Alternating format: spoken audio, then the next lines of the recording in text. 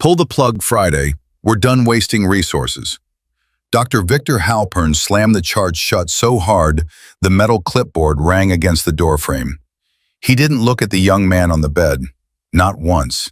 He grabbed his pen, pressed it down, and signed the death order in one single stroke, the way you sign a parking ticket. Then he turned to the team behind him and said it loud enough for everyone in the hallway to hear. Pull the plug Friday. We're done wasting resources. He was already walking away before the words finished landing. Behind him, a machine beeped. A finger moved, and a nurse named Olivia Bennett went completely still because she had just watched a doctor sentence a conscious man to death. Before we go any further, if this kind of story moves you, please subscribe to our channel and follow along until the very end. And drop a comment telling me what city you're watching from. I want to see exactly how far this story travels. Now let's go back to the beginning, because what happened in that hospital room is something that will stay with you for a long time. The morning shift at Walter Reed Veterans Medical Center started the same way it always did, with the smell of antiseptic in the hallways, the low hum of ventilators, and the sound of rubber-soled shoes squeaking against freshly mopped floors. Nurses moved quickly, doctors moved faster. Nobody stopped unless they had to.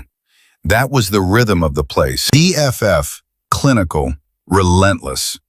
Olivia Bennett had only been working there for 11 days. She was 31 years old, and she had requested the neurology ward specifically, not because it was prestigious and not because it was easy. She requested it because she had seen too many patients in her life get lost inside systems that stopped paying attention to them. She had spent 3 years as a combat medic, embedded with special operations units in eastern Afghanistan. And in that time, she had learned one thing above everything else. The body tells you things that the machines will miss. You just have to be willing to listen. Room 114 was at the far end of the corridor, and Ethan Carter's file had been handed to her on her very first day. She had read it twice before she ever walked through his door. Ethan Carter, 24 years old, Navy SEAL trainee, Class 342. 4 months earlier, during an underwater combat diving exercise off the coast of Virginia Beach, something had gone wrong. The exact sequence of events was still being reviewed by the Naval Safety Center, but the result was undeniable. Ethan had been pulled from the water unconscious. He had been deprived of oxygen for somewhere between 4 and 6 minutes. By the time the medical team reached him on the boat, his heart had stopped. They brought him back. But whatever version of Ethan they brought back, the neurologists at Walter Reed had spent 4 months trying to determine how much of him was still there. Their conclusion, according to the file, very little. The official diagnosis was persistent vegetative state. The language in the medical report was precise and careful, the way medical language always is when it is delivering a sentence. No meaningful cortical response to stimuli, no purposeful motor activity, no evidence of awareness of self or environment. There were pages of EEG readouts attached to the file. There were consultation notes from 3 different neurologists. There was a recommendation, signed and dated, that a family conference be scheduled to discuss transition to comfort care, which was the hospital's way of saying it was time to talk about removing life support. Olivia read all of it. Then she walked into room 114 and introduced herself to Ethan Carter. She had done this her entire career, introduced herself to patients who couldn't respond because she believed somewhere, on some level, they could hear. She stood at the side of his bed and said, "Hi, Ethan. My name is Olivia. I'm your nurse, and I'm going to be coming in here every day. I just wanted you to know that." She watched his face. Nothing moved. His chest rose and fell with the ventilator's rhythm. His eyes were closed. His hands rested at his sides, completely still. She stayed for 4 more minutes, just watching, just listening to the sounds his body made. Then she left. But she came back the next morning, and the morning after that. By day 4, she had started keeping her own informal notes, not in the official chart, but in a small spiral notebook she carried in the left pocket of her scrubs. She wrote down the time of each visit and what she observed. Heart rate, respiratory rate, any physical variation she noticed. She wrote down whether the room had been noisy or quiet when she arrived. She noted whether the lights were bright or dim. She noted whether anyone else had been in the room recently. On day 5, she wrote, HR elevated approximately 8 beats per minute when I entered and spoke. Returned to baseline when I left. Coincidence? On day 7, she wrote, breathing pattern changed when I said his name. Slight increase in rate, then brief pause. Checking tomorrow. On day 8, she wrote, eyelids, left lid, slight tremor when I called his name twice in a row. Not a blink, more like a flutter. Not listed in any previous nursing notes. On day 9, she wrote, his right index finger. I was adjusting the blanket and I watched his right index finger move, slow, toward the left, then stopped. I stood absolutely still for 6 minutes afterward. It did not happen again. On day 10, she wrote, the finger moved again, same hand, same direction. I had just said his name. On day 11, which was the morning Dr. Halpern signed the final assessment form, Olivia Bennett was standing in the corner of room 114 when the doctor walked in. She had been hoping to speak with him. She had her notebook in her hand. Dr. Victor Halpern was 62 years old and had been chief of neurology at Walter Reed for 9 years. Before that, he had spent 11 years at Massachusetts General, where he had trained under 2 of the most decorated neurologists in the country. He was not a cruel man, exactly, but he was the kind of man who had decided, somewhere along the way, that certainty was more valuable than doubt. He had seen too many families devastated by false hope. He had watched too many colleagues drag patients through painful interventions that accomplished nothing. He believed his job was to be honest, even when honest was brutal. Especially then. He walked into room 114 at 7:43 in the morning. He did not look at Olivia. He pulled the chart from the door slot, flipped to the back page and began reading. Olivia said, "Good morning, Dr. Halpern. I've been observing some things with Mr. Carter that I'd like to discuss with you." He did not look up. "Go ahead." His heart rate elevates when someone enters the room and speaks to him. His breathing pattern changes when I call his name. And I've observed deliberate finger movement twice, both times following auditory stimulation. Halpern flipped a page in the chart. Documented? In my personal notes, yes. I was going to transfer them to the official chart today. Are they in the official chart right now? No, sir. He looked up at her then, for the first time. His expression wasn't angry. It was patient, the way a professor is patient with a student who keeps misreading the same equation. Nurse Bennett, is it? You've been here how long? 11 days. 11 days. He closed the chart. I have 237 peer-reviewed publications. I have trained 46 neurologists who are now practicing across this country. I have evaluated more than 3,000 patients with disorders of consciousness over the course of my career. And 3 separate neurologists, 3, have confirmed this diagnosis over the last 4 months. He picked up his pen. Reflex movements in vegetative patients are normal. They don't indicate awareness. They are produced by the brainstem, not the cortex. That is first-year medical school material. He uncapped the pen. I'll note your concerns in the chart. And then he signed his name. And then he walked out. Olivia stood in the room for a long moment after he left. She looked at Ethan's face. She looked at his hand. She looked at the monitors above his bed, the EEG display, the cardiac monitor, the ventilator readout. Then she looked more carefully at the EEG display. She was not a neurologist. She had not been trained to read EEG output at an advanced clinical level. But she had spent enough time in trauma environments to understand the basics. And something about the EEG readings for Ethan Carter had bothered her since the first day she had looked at them. She had been trying to figure out what it was. Now, standing in the quiet of the room, She finally let herself look at it carefully, without rushing. The sensors. There were 19 standard electrodes in a full clinical EEG setup, positioned across the scalp according to a precise international map. She counted the sensors on Ethan's head, then she counted them again. 17. 2 of the sensors had been repositioned. She could see faint marks on his scalp where the original placements had been. Someone had moved them, shifted them away from the temporal and parietal regions, the areas of the brain most associated with awareness and conscious processing. She opened her notebook and wrote, EEG sensors, check placement history, who moved them, when. Then she went to the nurse's station and pulled up the electronic medical record on the computer terminal. She scrolled back through the treatment history, 4 months of notes, medication logs, procedure entries. She was looking for any record of a sensor repositioning. She found one note, entered 6 weeks ago by a technician. It said only, EEG leads adjusted for patient comfort.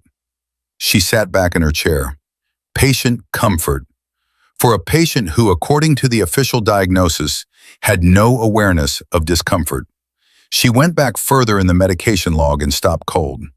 3 weeks ago, Ethan's dosage of lorazepam, a benzodiazepine sedative, had been increased by 40%. There was no note in the chart explaining why, no physician order attached. She scrolled through every entry around that date, searching for a clinical reason. There was nothing. No new symptoms, no agitation noted, no seizure activity, no documented reason at all. She sat very still at that terminal for a full minute. Lorazepam was a powerful central nervous system depressant. In high enough doses, it could suppress voluntary movement so completely that a conscious patient might be unable to produce any detectable physical response to stimulation. In other words, if Ethan Carter was fighting to move, to signal, to communicate, that medication could be burying every effort he made. It could be rendering his body mute. And if his body was mute when the neurologist examined him, their findings would reflect not his true state, but the state of medicated suppression. She closed the computer terminal. She sat for another full minute thinking about what the right thing to do was. She was 11 days into a new job. She had no allies in this hospital yet. She had no authority. She had a spiral notebook full of personal observations and a suspicion about medication and sensors that she could not yet prove, and that one of the most decorated neurologists in the country had already waved away without looking up from the chart. She thought about what a reasonable person in her position would do. A reasonable person would document everything carefully. A reasonable person would file a formal concern through the appropriate hospital channels. A reasonable person would wait for the process to work. She knew all of that. She also knew that Ethan Carter was scheduled to have his life support withdrawn within 72 hours. She picked up her phone. It took her 40 minutes to find the right number. She went through the Naval Hospital Patient Liaison Office first, then through the Office of the Chief of Naval Operations, then through a duty officer who told her firmly that Admiral Carter was not available for personal calls during operational hours, and that she should leave a message with the Family Liaison Coordinator. She said, very calmly, "I understand. Please tell Admiral Carter that a nurse at Walter Reed named Olivia Bennett called. Please tell him the message is about his son, and please tell him it's urgent." She hung up and went back to room 114. She sat down in the chair beside Ethan's bed. She reached over and placed her hand gently on top of his, not pressing, not applying any technique, just resting her hand there the way she had learned to do in Afghanistan, when a wounded soldier needed to know that someone was present with him. She said quietly, "I hear you, Ethan. I don't know if you can hear me back, but I hear you, and I'm not going anywhere." His heart rate, on the monitor above the bed, rose by 9 beats per minute. She didn't look up at it. She already knew. The call came back to her at 6:17 that evening. She was in the break room eating a sandwich she had stopped tasting 30 minutes earlier when her phone buzzed. The caller ID said, "Unknown." She answered immediately. The voice on the other end was measured, controlled. The voice of a man who had spent decades keeping his emotions on the inside of his chest, because that was what his career required of him.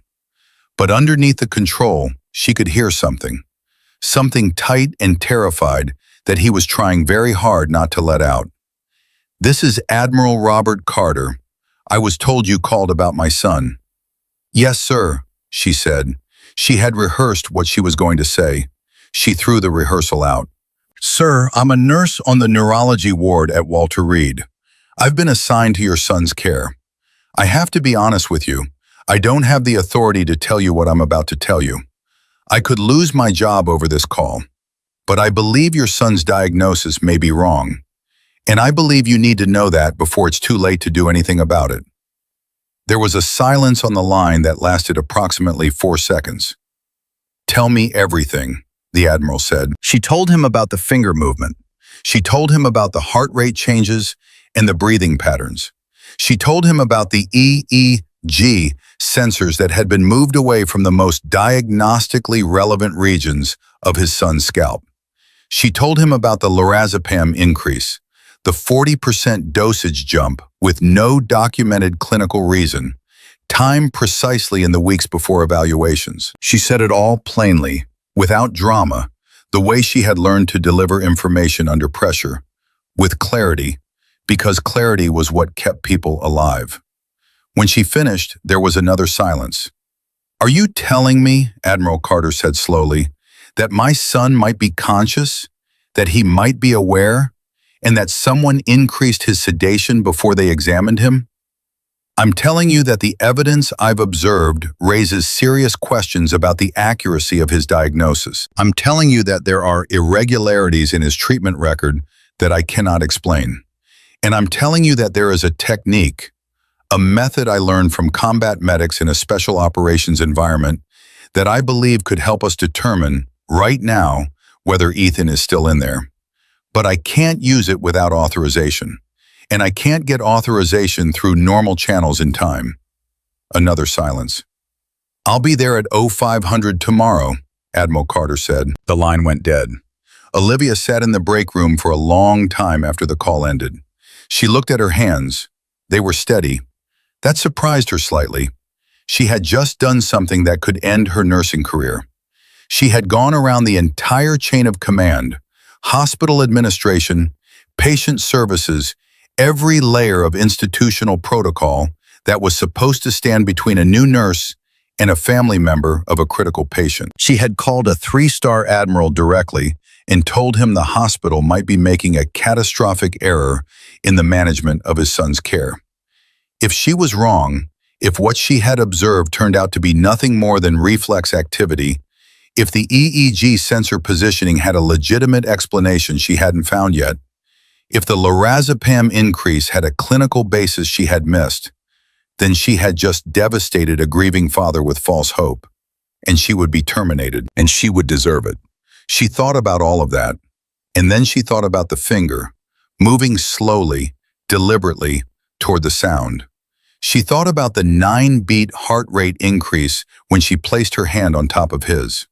She thought about 3 years in Afghanistan, standing beside men whose bodies had been broken in ways that most people would assume were unsurvivable. She thought about what she had learned in those 3 years, about the distance between what a machine measured and what a body knew. She finished her sandwich. She went back to room 114 and sat with Ethan for another hour before her shift ended. Before she left, she leaned close and spoke quietly into the space above his ear. "Your father is coming tomorrow morning. He's going to be here at 5 o'clock. I need you to hold on until then." The monitor registered nothing unusual. But in the stillness of that room, in the dim light above the bed, she watched Ethan Carter's right hand very slowly, so slowly she almost wasn't sure it was happening, shift 1 inch to the left, toward the sound of her voice. She walked out of the hospital into the cold Maryland night and stood outside the entrance for a long time, letting the cold air hit her face. She had made her call. She had taken her risk. Now all she could do was wait for morning and pray she wasn't wrong about the man lying in room 114. She had seen soldiers fight their way back from places nobody believed they could return from. She had seen the human body refuse to surrender long after everyone around it had given up. She had learned, in those 3 years in the mountains and valleys of Afghanistan, that the difference between giving up and surviving was often just one person, one single person, who refused to stop believing. She was that person now. She walked to her car. 40 miles away, in a house in Annapolis, Maryland, a 3-star Admiral sat in the dark in his study for a very long time after ending the call. A photograph of his son sat on the desk in front of him. Taken the summer before the accident, Ethan in his training gear, grinning, 23 years old and untouchable, the way young men always believe themselves to be untouchable. Admiral Robert Carter put his hand flat on that photograph, and for the first time in 4 months, he let himself believe that his son might still be fighting. Admiral Robert Carter arrived at Walter Reed at 4:58 in the morning. Not 5 o'clock, 4:58, because in 31 years of naval service, he had never once been late to anything that mattered. And this was the only thing in his life that had ever mattered more than the Navy itself. He didn't go to the administrative desk. He didn't check in with the duty nurse. He walked straight to the elevator, pressed the button for the 3rd floor, and stood with his hands clasped behind his back and his jaw set in the way that anyone who had ever served under him would have recognized immediately. The look that meant a decision had already been made, and the only remaining question was execution. Olivia was waiting for him at the elevator doors when they opened. She had been there since 4:30. She took one look at him and understood exactly who he was before he said a word. Not because of the uniform, he wasn't wearing one. He was in dark civilian clothes, a gray jacket, no insignia, nothing that announced his rank. But it was in the way he carried himself, the way the space around him seemed to compress slightly, the way his eyes scanned the corridor in less than 2 seconds and cataloged everything in it. She had spent 3 years around special operations commanders. She knew the posture. "Nurse Bennett," he said, not a question. "Yes, sir." She extended her hand. He shook it once, firmly. "Thank you for coming." "My son is at the end of this hallway," he said. "We can thank each other later. Walk with me." They moved quickly down the corridor. It was still early enough that the ward was quiet, the overnight staff winding down their shifts, the day staff not yet fully arrived. That was intentional on Olivia's part. She had timed this carefully. "Before we go in," she said, keeping her voice low, "I need to tell you what I'm planning to do, and why. And I need you to understand something important. What I'm about to attempt is not in any standard hospital protocol. If anyone on the medical staff sees it happen and reports it, I will be suspended and possibly terminated. I need you to know that going in." The Admiral stopped walking. He turned and looked at her directly, and she held his gaze without flinching. "Do you believe my son is in there?" he asked. "Yes, sir, I do." "Then do what you have to do," he said. "I'll handle the rest." They went in. Room 114 was dim. The overnight nurse had lowered the lights around 2 in the morning, and no one had raised them since. The ventilator pulsed steadily. The monitors glowed blue-green above the bed. Ethan Carter lay exactly as he always lay, on his back, hands at his sides, chest rising and falling to the machine's rhythm, face still and pale and 24 years old. Admiral Carter stopped just inside the door. He stood there for a long moment without moving or speaking. Olivia watched him from the side. She watched him look at his son, really look at him, take in every detail, and she watched something cross his face that had no name in military vocabulary, something private and enormous. Then he said, quietly, "Hey, kid." His voice cracked once from the second word and then held. "I'm here." Nothing on the monitors changed. Olivia stepped to the bedside. She spoke in a normal, clear voice, the way she always did. "Ethan, your father is here with you. He came this morning. He's standing right next to you." She paused. "I'm going to try something now. I need you to work with me if you can." She looked at the Admiral. "Stand close. Make sure he can hear your breathing." He moved to the bedside rail without a word. Olivia placed 2 fingers, her index and middle finger, against the side of Ethan's neck, just below the jaw, along the line where the vagus nerve ran close to the surface. She applied light, precise pressure. Not painful, targeted. The vagus nerve was the longest cranial nerve in the human body, running from the brainstem all the way through the chest and abdomen, and in a combat medical context, trained medics had discovered that specific stimulation of this nerve could produce responses in patients who failed to respond to any standard neurological test. It bypassed the cortical pathways that sedatives most aggressively suppressed. It spoke directly to something older and deeper in the nervous system. She had seen it work twice in Afghanistan, both times on patients everyone else had written off. She pressed gently and counted in her head. 1, 2, 3, 4, 5. The room was completely silent except for the ventilator. 6, 7, 8. The Admiral was barely breathing. She could feel the tension radiating off him from 2 feet away. 9, 10. Nothing.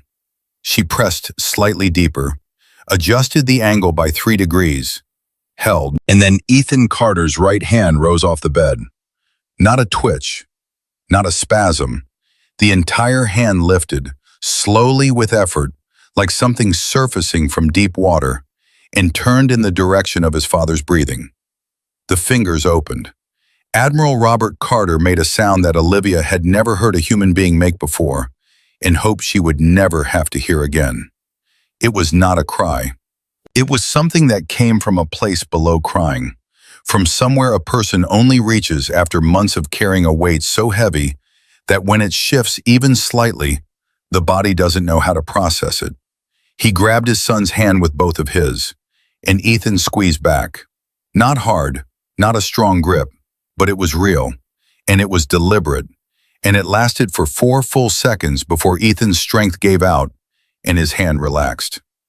The Admiral dropped to one knee beside the bed. He pressed his son's hand against his forehead and stayed there. Olivia stepped back to give him space. She pressed herself against the far wall of the room and crossed her arms and looked at the floor and felt something shift in her chest that she hadn't allowed herself to feel through 11 days of observation and documentation and quietly terrified waiting. She had been right. She had been right. And the weight of being right in this particular situation was almost as heavy as the weight of being wrong would have been. She gave him 3 minutes.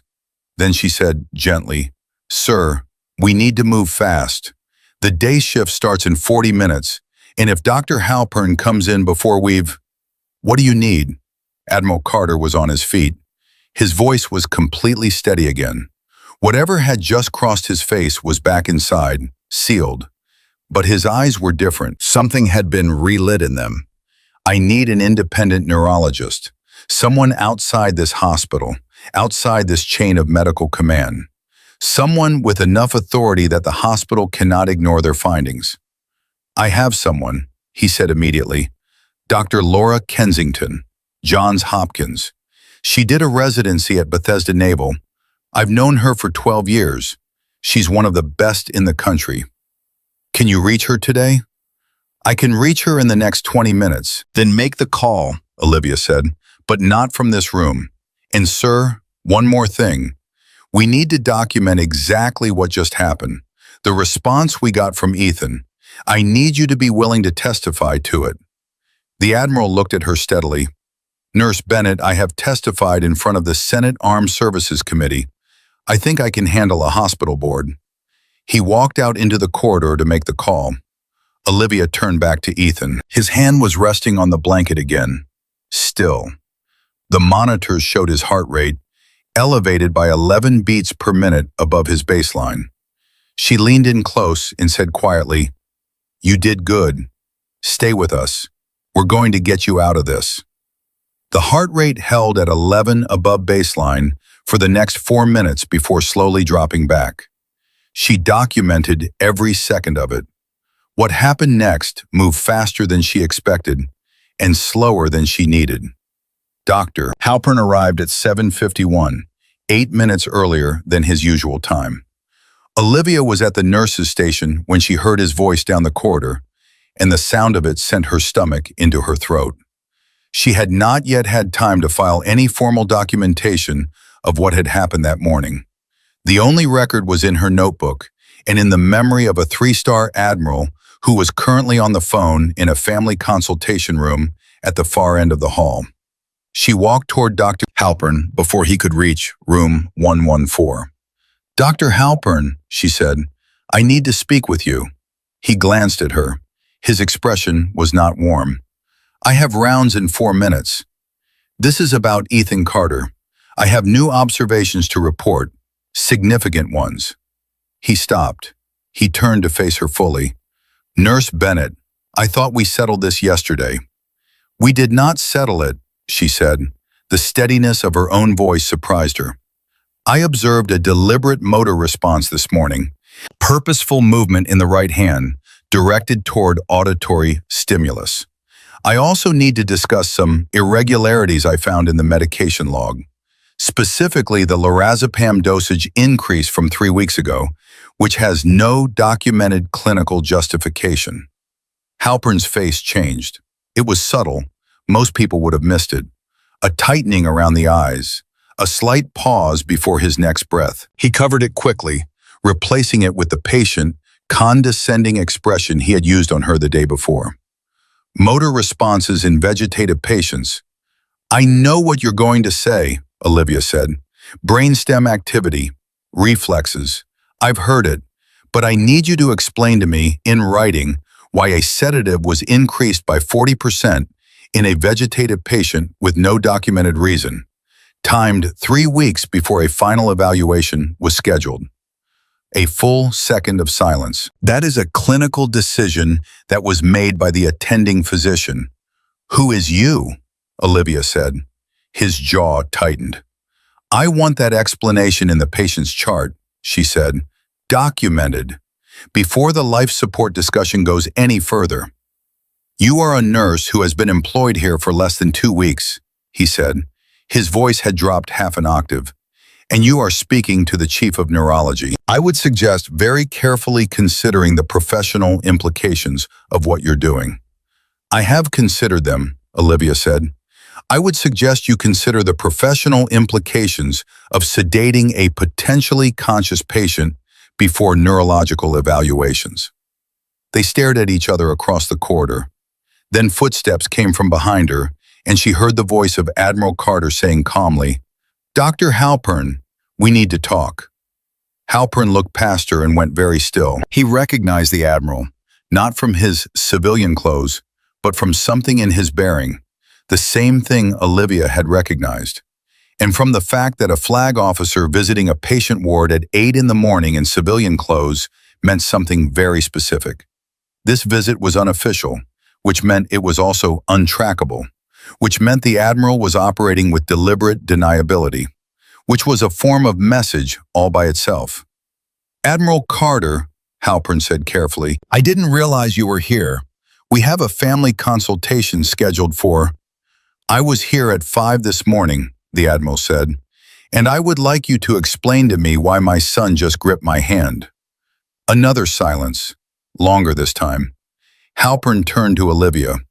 When he spoke, his voice had changed. The professorial patience was gone. What replaced it was harder and colder, and in that hardness she heard something she recognized, the sound of a man calculating his exposure. "Whatever you believe you observed this morning does not override 4 months of clinical evaluation. Then you should have no objection to an independent evaluation," the Admiral said. "I have already contacted Dr. Laura Kensington at Johns Hopkins. She will be here this afternoon." The words landed in the corridor like a stone dropped into still water. Halpern said nothing. "In the meantime," Admiral Carter continued, his voice carrying the exact tone of a man who had spent 3 decades giving orders that were not suggestions, I am requesting that my son's sedation be reviewed and adjusted, and that no further steps toward life support removal be taken until Dr. Kensington has completed her evaluation. Is that going to be a problem? Halpern looked at him for a long moment. Then he looked at Olivia. Then he said, I'll consult with hospital administration. You do that, the Admiral said pleasantly. Halpern walked away. Quickly. Olivia let out a breath slowly enough that it didn't show. The Admiral turned to her and said, Kensington can be here by 2 this afternoon. That gives us about 6 hours, Olivia said. I need to spend that time documenting everything I have, the sensor placement, the medication log, the responses I've observed, everything from this morning. I need a paper trail that Kensington can follow. Then start, he said. I'll stay here. Nobody is removing anything from my son's room today. She nodded and turned to go. Nurse Bennett, he said. She turned back. What you did last night, calling me directly, that took guts. I know what it cost you professionally to make that call. Ethan's alive, sir, she said simply. That's what it cost. She went to the nurse's station and began writing. For the next 5 hours, Olivia documented everything with the methodical precision of a woman who had learned in a combat environment that the record you kept when you had time was the thing that saved lives when you didn't. She pulled every entry from Ethan's chart that related to sedation management. She cross-referenced the timing of the lorazepam increases against the dates of the scheduled neurological evaluations. She found 3 instances, not 1, 3, where the dosage had been adjusted upward in the 48 to 72 hours before a formal consciousness assessment was scheduled. She printed the EEG calibration records and compared the current sensor positions against the original placement documentation from when Ethan was first admitted. She wrote a detailed clinical narrative describing every observation she had made over 11 days, the heart rate responses, the breathing changes, the eyelid tremor, the finger movements, with timestamps for each. She attached her personal notebook entries as supplementary documentation. By 12:30, she had a 47-page document. She sent a copy to the hospital's patient safety office, flagged urgent. She sent a copy to the office of the Naval Medical Inspector General. She sent a copy to Dr. Kensington directly at the email address the Admiral had provided. Then she sat back in her chair and looked at what she had built. 47 pages of evidence built in 11 days by one nurse who was new enough to still feel uncertain walking the corridors of this building. She thought about Dr. Halpern's face in the corridor that morning, the tightening around the eyes, the pause before the breath. She had seen people give themselves away in moments like that before, in interrogations she had witnessed overseas, in the split second when a person realizes that someone else knows something they thought was hidden. She thought about 3 instances of sedation increases before evaluations. She thought about moved EEG sensors. She thought about what it would mean if what she was beginning to suspect was actually true. Not negligence, not oversight, not a series of unfortunate coincidences, but something deliberate, something intentional. The thought was so large and so dark that she had been avoiding looking at it directly for 2 days. She looked at it now. If it was intentional, if someone had been systematically managing Ethan Carter's ability to respond before evaluations, then this was not a medical error. This was something else entirely. Something that had a different name. Her phone buzzed. A text from an unknown number that turned out to be the Admiral's personal cell. Kensington just landed at Reagan. She'll be at the hospital by 1:45. Be ready.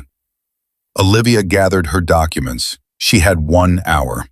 Dr. Laura Kensington arrived at the hospital at 1:43 in the afternoon, and she was not what Olivia had expected. She was shorter than her professional photograph suggested, with sharp brown eyes behind thin-framed glasses, and the focused, unhurried manner of someone who had made a career out of being right in rooms full of people who were certain she was wrong.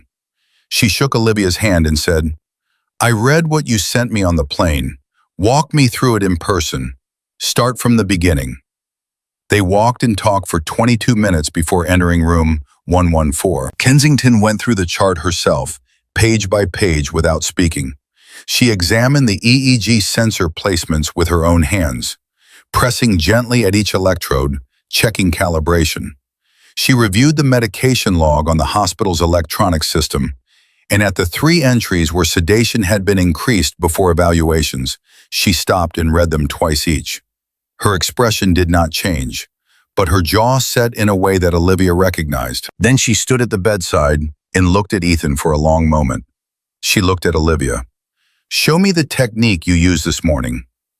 Olivia stepped forward. She placed her fingers against the side of Ethan's neck, at the same location with the same pressure. She adjusted the angle. She counted. 1, 2, 3, 4, 5, 6, 7. Ethan's hand lifted off the bed. His fingers reached toward the sound of his father's breathing. The Admiral was standing at the foot of the bed, and this time, when Admiral Carter moved to take his son's hand, Ethan's grip lasted for 6 full seconds. Dr. Kensington watched every moment of it without making a sound. Then she walked to the EEG monitor and looked at the readings being produced with the sensors in their current positions. She looked at them for a long time. Then she pulled the sensor placement chart from the file, compared the current positions to the original, and placed 2 of the sensors back in their original positions herself. The temporal and parietal placements that had been adjusted for patient comfort. She looked at the new readings. She pressed her lips together and looked at Olivia. "His brain is active," she said. "He is producing cortical responses. This man is not in a vegetative state." She paused. "He never was." Admiral Carter put one hand flat on the bed rail and leaned on it for a moment, as if something had gone out of his legs. Kensington turned away from the monitor and said, with the calm precision of someone who chose every word deliberately, "The sedation needs to be reduced immediately, and this chart needs to be reviewed by the hospital's legal and ethics committee before the day is out, because what I'm looking at is not a diagnostic error." She looked toward the door, as if she could see Halpern somewhere down the corridor. "What I'm looking at is a pattern." Olivia said nothing. She had been carrying that word in the back of her mind for 2 days. Pattern. It was a different word than mistake. It implied direction. It implied intention. It implied that someone had known exactly what they were doing. She looked at Ethan. His hand had relaxed again, resting on the blanket. But his heart rate was still elevated above baseline. 11 beats. The same 11 beats it had held since his father first walked into the room and said, "Hey, kid." She looked at that number on the monitor and thought, he knows we're fighting for him. Somehow, through all of it, through 4 months and wrong diagnoses and sedatives and moved sensors and a system that had decided to stop looking, he had held on. He had kept reaching.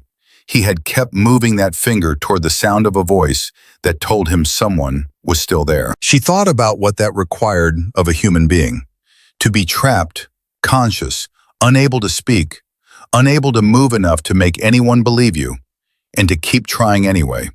To keep pushing through the medication and the silence and the days blurring into each other with nothing but the sound of machines and the occasional voice that didn't wait for an answer. To refuse, in the most fundamental sense of the word, to disappear. She looked at Admiral Carter, who was standing at his son's side with his hand covering his son's hand, and she looked at his face and she thought, like father, like son. Dr. Kensington was already on her phone in the corridor, calling the hospital's chief medical officer. Her voice was level and completely unambiguous. "This is Dr. Laura Kensington, Johns Hopkins. I am calling from Walter Reed regarding patient Ethan Carter. I need you to convene an emergency ethics review within the next 2 hours. Yes, today. No, it cannot wait. What I have found in this patient's chart constitutes a potential pattern of deliberate mismanagement, and if you would like to discuss jurisdiction, I'm happy to do that, right after I finish my call to the Naval Inspector General's office." The corridor went very quiet. Olivia stood in the doorway of room 114 and listened to the future begin to move. She had made the call nobody else was going to make. She had used a technique nobody in this building was authorized to use. She had gone around every layer of institutional protection and directly to a man powerful enough to make the walls move. And now the walls were moving. She turned back into the room, back to Ethan, and sat down in the chair beside his bed. The same chair she had been sitting in for 11 days. She said quietly, "We've got you now." On the monitor above the bed, his heart rate held steady, 11 beats above baseline. Still fighting. The Emergency Ethics Committee convened at 3:47 that afternoon in a conference room on the 5th floor of Walter Reed, and by the time the last person sat down, there were 11 people in the room. Hospital legal counsel, the chief medical officer, Dr. Sandra Okafor, 2 members of the Patient Safety Board, a representative from the Naval Medical Command, Dr. Laura Kensington, and Olivia Bennett, who had been told by 3 separate administrators in the previous 2 hours that her attendance was optional, which was institutional language for they would have strongly preferred she not be there at all. She was there. Admiral Carter was not in the room. He was in room 114, sitting beside his son's bed, and he had made clear to the chief medical officer that he intended to stay there for the duration of whatever needed to happen next, and that he would be available by phone if required. The phrasing he used was polite. The tone he used communicated that this was not a negotiation. Dr. Halpern was not in the room either. He had been asked to remain available, but had not been invited to attend. That absence, Olivia understood, was itself a statement. Dr. Okafor opened the meeting without preamble. She was a careful woman, thorough and deliberate, and Olivia had the sense that she had spent the last 2 hours doing something similar to what Olivia had done for the past 11 days.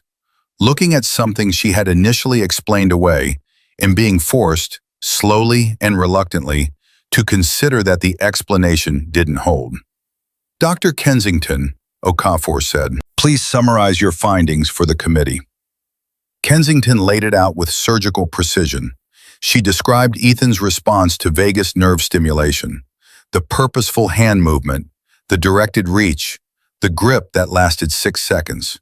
She described the EEG sensor displacement and what the corrected readings showed.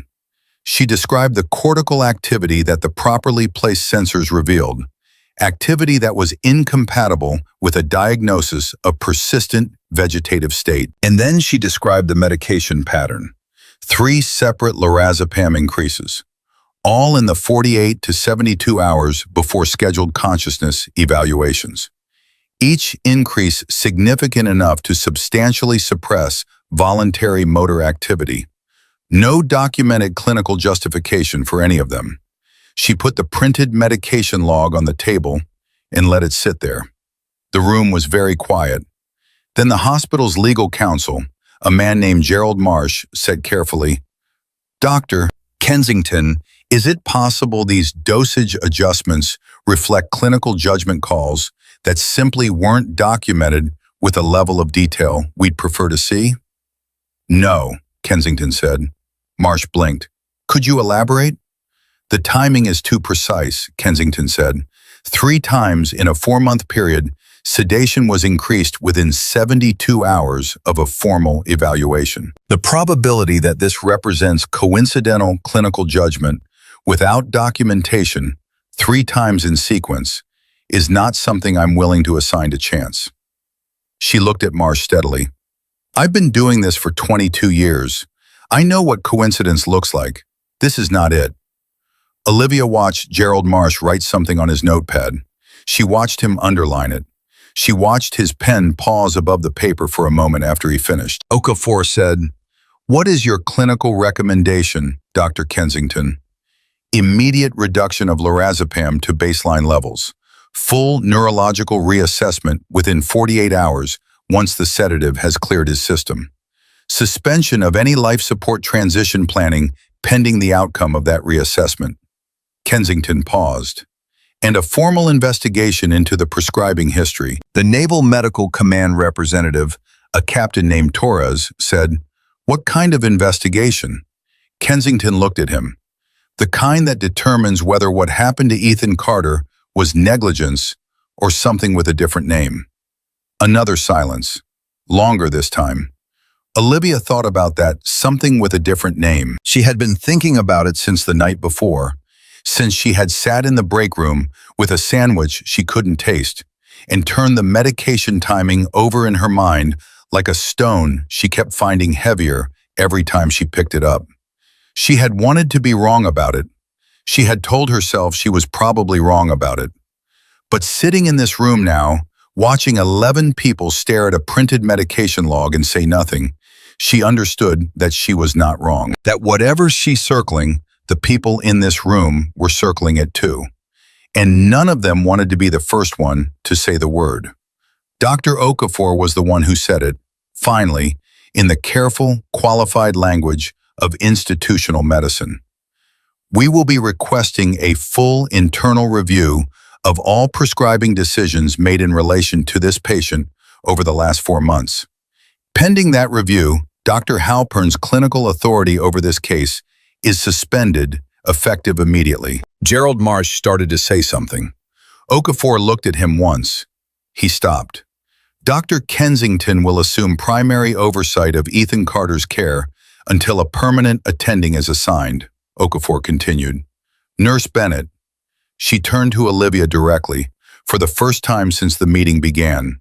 "Your observations over the past 11 days are entered into the official record as of this moment. You are to be commended for the thoroughness of your documentation." Commended. Olivia thought about that word. 11 days ago, she had walked into this hospital as a new hire who wasn't sure yet which elevator was fastest. She had documented a finger movement in a spiral notebook. She had made a phone call that could have ended her career. She said, "Thank you, Dr. Okafor. With respect, what happens to Dr. Halpern now?" Okafor looked at her steadily. "That depends on what the internal review finds. And if the review finds what Dr. Kensington's findings suggest it will find," a pause, "then the appropriate authorities will be notified, and this will move beyond the hospital's jurisdiction." Okafor closed her folder. "That is all for now." The meeting lasted 41 minutes total. It was the most consequential 41 minutes Olivia had spent in any room since a command post in Kunar province in 2019, when a decision made in under an hour had determined whether 3 soldiers made it to surgery in time. All 3 had made it. She was beginning to allow herself to believe Ethan Carter would too. She went back to room 114 at 4:38 and told the Admiral what had been decided. He listened without interrupting, standing at the side of his son's bed with his arms crossed and his eyes on Ethan's face the entire time she spoke. When she finished, he was quiet for a moment. Then he said, "What's the timeline on the sedation reduction?" "Dr. Kensington has already written the order. They're reducing the drip now. The lorazepam should be at baseline within 6 to 8 hours." She paused. "After that, it could take another 24 to 48 hours for the suppression effects to fully clear his system." The Admiral nodded slowly. "So we wait." "We wait," she confirmed. He looked at his son. "He's been doing that for 4 months, waiting." His voice was steady, but there was something under it that she heard clearly. The particular ache of a parent who has spent months standing outside a door they couldn't open. "I can manage another 48 hours."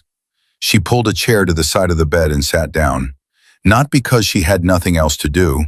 There were notes to write, follow-up documentation to file, 3 separate messages from the patient safety office she hadn't answered yet. But she sat down because she had learned a long time ago that the moments right after a battle turns are the moments when people most need someone simply to be present with them. "Tell me about him," she said, "before the accident." The Admiral looked at her. For a moment she thought he was going to say no, or change the subject, or retreat into the reserved practicality he had maintained since he walked off that elevator at 4:58 that morning. Instead, he pulled the other chair to the bedside and sat down. He said, "He was the worst student I ever met." She blinked.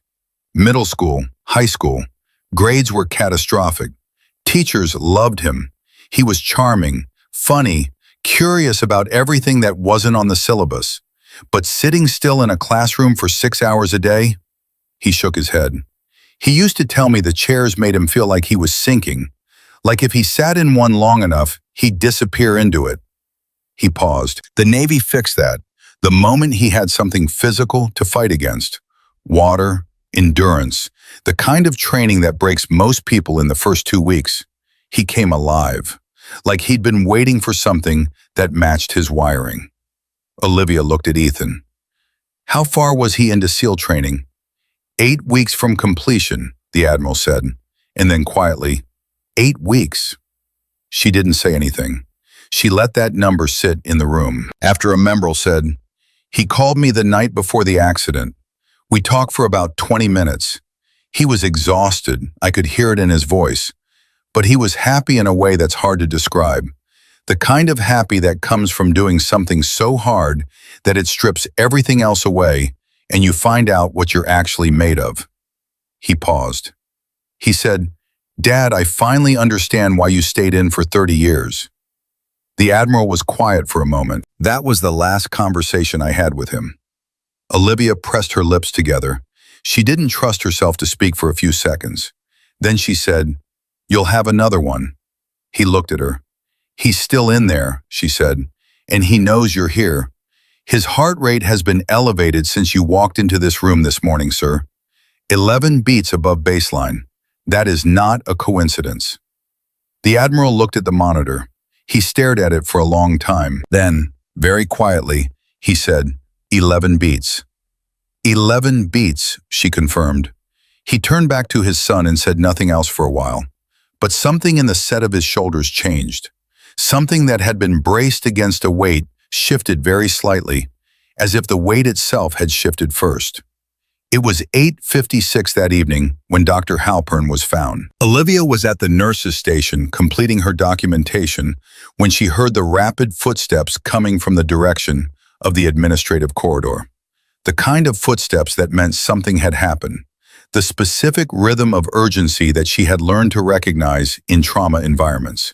She stood up before anyone reached her. The security supervisor, a man named Henderson, came around the corner with 2 hospital administrators behind him, and his face was carrying the particular expression of someone who had been handed a situation that was significantly outside anything his training had prepared him for.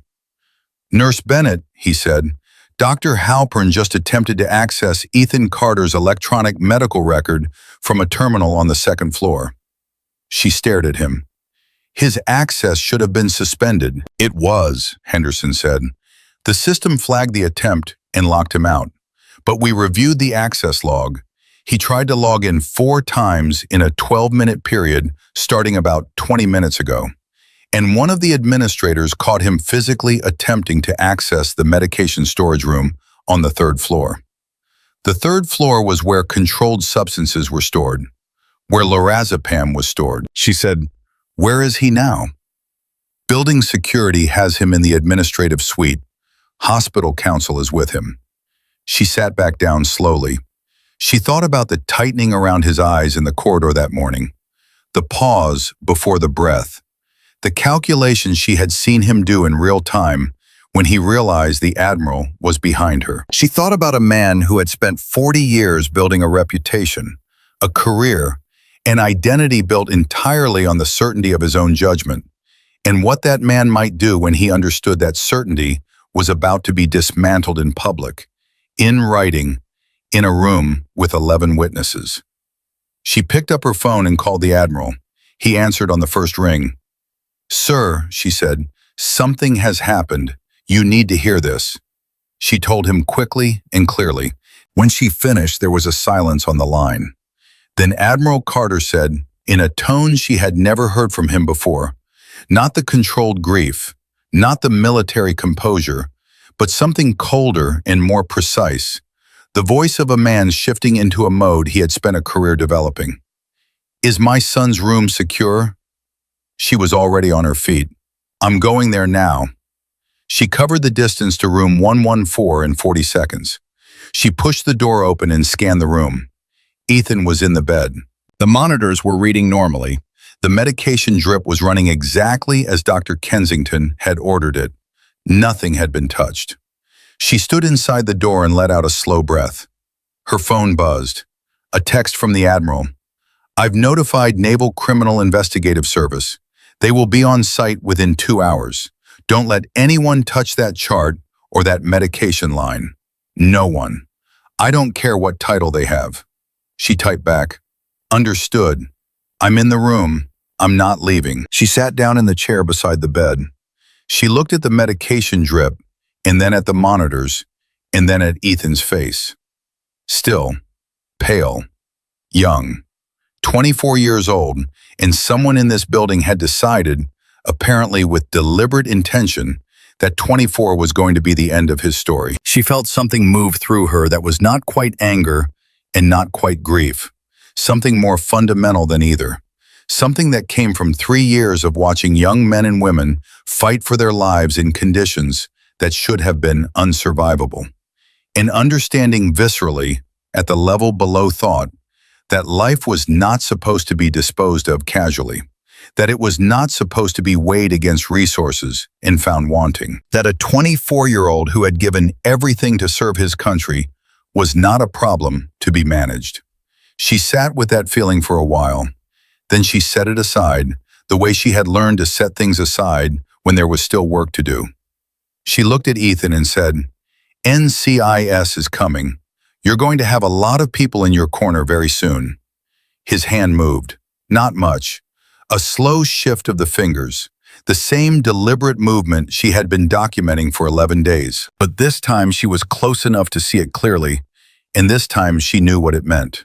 Not a reflex, not a brainstem response. A person trapped in a body that had been chemically restrained for months, doing the only thing he could do. Answering. She put her hand over his and held it there.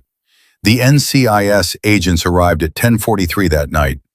2 of them, a senior agent named Carver and a younger agent named Diaz, who took notes and said very little but missed nothing. They spent 40 minutes in the administrative suite with Dr. Halpern, and then they came to room 114 and spent 20 minutes with Olivia, going through her documentation page by page, asking precise, unhurried questions. Carver had the manner of someone who had spent a career separating fact from interpretation, and he asked the same questions 3 different ways sometimes, which Olivia recognized as a technique and answered exactly the same way each time, which she could tell he also recognized. When they finished, Carver closed his notebook and said, "You're going to be asked to make a formal statement." "I know," she said. "I'm ready." He looked at her for a moment. "How long have you been a nurse?" 7 years, 3 of them with special operations in Afghanistan. He nodded slowly, as if something he had already suspected had been confirmed. "That's where you learned the vagus nerve technique?" "Yes." "And you used it without hospital authorization?" "Yes." He looked at her steadily. "That took considerable courage, Nurse Bennett." "It took 11 days of watching someone fight to be heard," she said. "The courage was his." Carver and Diaz left at 11:27. Halpern had not been formally arrested yet. The investigation would require time, documentation review, consultation with the U.S. Attorney's Office, but he had been escorted from the building, and his hospital credentials had been suspended pending the outcome of the investigation. Okafor had signed that order herself at 11:15, with Kensington standing beside her. The ward was quieter after midnight. The overnight staff moved through their rounds with the particular, subdued focus of people who understood that something significant had happened in their hospital today, even if they didn't yet know all of it. Olivia stayed in room 114. She had been awake for 21 hours. She was not tired in any way that she could feel yet. The adrenaline of the day was still metabolizing, but she knew it was coming. Knew that at some point in the next few hours, Her body was going to call in the debt she had been accumulating since 4 in the morning. She sat in the chair with her notebook open on her knee, not writing anymore, just holding it. She thought about what Kensington had said in the conference room. "I've been doing this for 22 years. I know what coincidence looks like. This is not it." She thought about those 3 dosage increases, the moved sensors, a system that had been producing the diagnosis that someone needed it to produce. She thought about what Dr. Okafor had said. That depends on what the internal review finds, and this will move beyond the hospital's jurisdiction. She understood that what came next was going to be long and complicated and fought at every stage. Institutions did not expose themselves willingly. Careers did not collapse without resistance. Whatever had happened in this hospital over the past 4 months was going to be difficult to prove with the specificity that a criminal standard required. And there were going to be lawyers and delays and moments when it looked like the whole thing might simply dissolve into ambiguity. She knew that. But she also knew that Ethan Carter's lorazepam levels were dropping, that the sedative suppressing his ability to speak was clearing his system hour by hour, that somewhere in the next 24 to 48 hours, the chemical silence that had been imposed on him was going to lift enough for him to begin pushing back against it in ways that no one could dismiss as reflex activity. She knew that because she had watched him fight for 11 days with his system flooded with a drug designed to keep him quiet. She knew what he was going to do when that drug was no longer in his way. She looked at him, at the monitors, at the steady 11 beats above baseline that had held through the entire day like a signal being broadcast on a frequency that only she had been tuned to at the right moment. At 2:17 in the morning, the Admiral came back. She had assumed he had gone home for the night. She looked up from her notebook when the door opened, and he came in quietly and stood at the foot of the bed and looked at his son. He had changed his jacket. He was carrying 2 cups of coffee from the vending machine down the hall. He set one on the small table next to her chair without saying anything about it. She said, "You should sleep, sir." "So should you," he said. He pulled the other chair back to the bedside and sat down.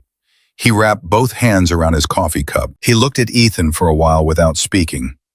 Then he said, quietly, into the stillness of the room, "You know what he used to say when he was a kid, when things got hard, when school was bad or something wasn't going his way?" He paused. He used to say, "Dad, I'm not done yet." Just that. "I'm not done yet." He looked at Ethan. 12 years old, sitting at the kitchen table over homework he hated, and he'd look up and say it like he was filing a report. A breath. "I'm not done yet." Olivia looked at the monitors. At 2:17 and 40 seconds in the morning, Ethan Carter's right hand moved again. Slow and deliberate and unmistakable. His fingers curled into a loose fist, the way they had been doing for 11 days, whenever there was a voice in the room he recognized. The Admiral leaned forward. He put his hand over his son's fist and held it. He said, "I know, kid, I know." And in the blue-green glow of the monitors, in the quiet of a room that had come closer to a grave than either of them would ever be able to fully articulate, a father and son sat together in the middle of the night and waited for morning. The medication drip ran slowly. The sedative levels fell. And somewhere inside a body that the system had declared finished, a 24-year-old Navy SEAL trainee continued doing the only thing he had ever known how to do. He refused to be done. Morning came into room 114 the way it always did, quietly, without announcement, the monitors continuing their steady rhythm as if nothing had changed overnight. But everything had changed.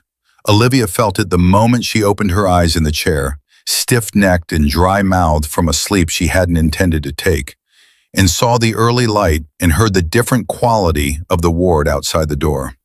There was more movement than usual, more voices, the particular energy of a place that had been disturbed at its foundations and hadn't yet settled back into its normal shape.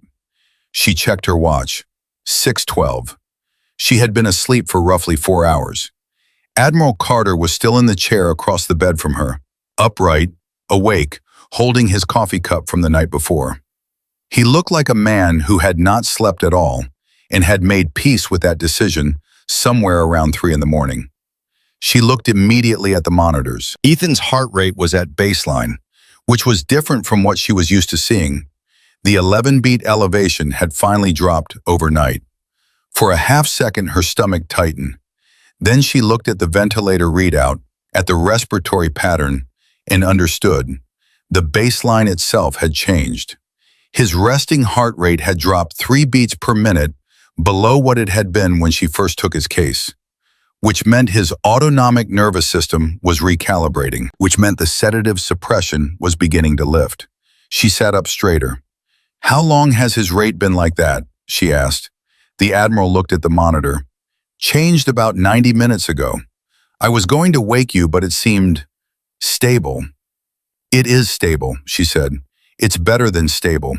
His baseline is dropping, which means his system is starting to regulate without the lorazepam pushing it. This is what we want to see." She stood up, stretched her neck, and moved to the bedside. "Ethan." She said his name clearly, at normal volume, the way she always did. "It's Olivia.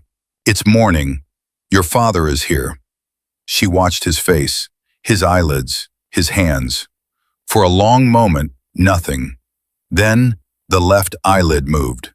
Not the flutter she had been documenting for 11 days. Something more deliberate. A slow, sustained effort to open, like a door pushing against weight. It didn't open, not yet. But the effort was visible and unmistakable.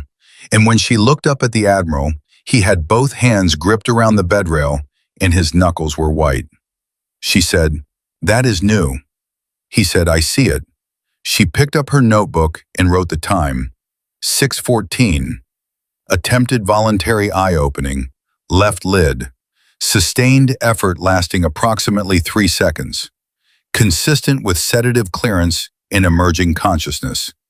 She underlined the last 2 words. She called Dr. Kensington at 6:21. Kensington answered on the second ring, which told Olivia she had also not slept well. His baseline heart rate dropped 3 beats, and I just observed sustained attempted eye-opening, Olivia said. Left lid, 3 seconds of effort. A brief silence on the line. "I'll be there in 40 minutes, Kensington said. The call ended. Olivia looked at the Admiral.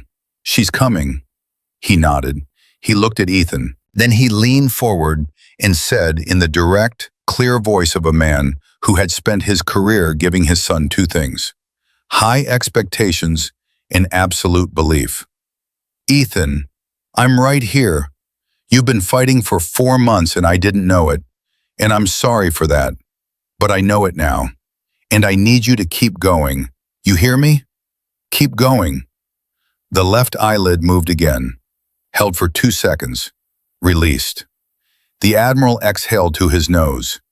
It was the most undone Olivia had ever seen him look. She said quietly, "He hears you." Kensington arrived at 7:03 with 2 members of her team from Johns Hopkins, a younger neurologist named Dr. Prasad, and a neuro-rehabilitation specialist named Dr. Ewan, who had driven through the night from Baltimore. She came through the door of room 114 without slowing, already in clinical mode, and went straight to the monitors without greeting anyone. She reviewed the overnight readings for approximately 90 seconds. Then she turned to Olivia. "Tell me everything since midnight." Olivia told her. The baseline drop, the eyelid movement at 6:14, the second attempt at 6:29. Kensington listened with her arms crossed and her eyes on Ethan's face. And when Olivia finished, Kensington said to Dr. Ewan, "Start the full responsiveness protocol. I want a Glasgow assessment every 30 minutes. Ewan moved to the bedside and began. The Glasgow Coma Scale was the standard clinical tool for assessing consciousness. It measured eye opening, verbal response, and motor response on a 15-point scale. A score of 3 meant no response at all. A score of 15 meant fully conscious and oriented. In his last formal evaluation, Ethan Carter had been scored at 4, the lowest possible score that still registered any response. Ewan worked methodically. He spoke Ethan's name. He applied a standardized pain stimulus to the nail bed. He watched the eye response. He called out each finding to Prasad, who recorded it. Eye response, none to voice, minimal to pain stimulus. Verbal response, none. Motor response, withdrawal on pain stimulus. Right hand purposeful movement to voice. UN looked at Kensington. 7, he said. 7. 3 points higher than the last official evaluation. In a patient who had been scored, for 4 months, by a neurologist who had been managing his sedation before each test. Kensington said, baseline established. We reassess at 0, 800. The next assessment was at 801, and Ethan Carter scored 9. The room went very still when Ewan called it out. 9 on a Glasgow scale meant the gap between where Ethan was and where he needed to be considered conscious in communicating was closing at a rate that no one in the room had quite dared to predict out loud. In 2 assessments, 90 minutes apart, he had moved 6 points. Kensington turned to Prasad and said something in a low voice that Olivia couldn't hear. Prasad nodded and left the room quickly. What's happening? Admiral Carter asked. His voice was controlled, but the question underneath the question was audible to everyone. Kensington turned to face him fully, which was something Olivia had noticed about her. She always turned to face the person she was addressing, fully, no partial attention, no multitasking during conversations that mattered. His rate of response improvement is faster than I anticipated, Kensington said. That tells us that the sedative suppression was doing significantly more work than the underlying brain injury. In other words, his brain is more intact than 4 months of assessments suggested, possibly much more intact. The Admiral absorbed that. What does that mean for recovery? It means I want to talk about reducing ventilator support, Kensington said. Not removing it, reducing it. I want to see if he can begin initiating some breaths independently. She paused. If he can, that changes everything. The trial of reduced ventilator support began at 9:15. Kensington was at the bedside herself. Prasad was on her left.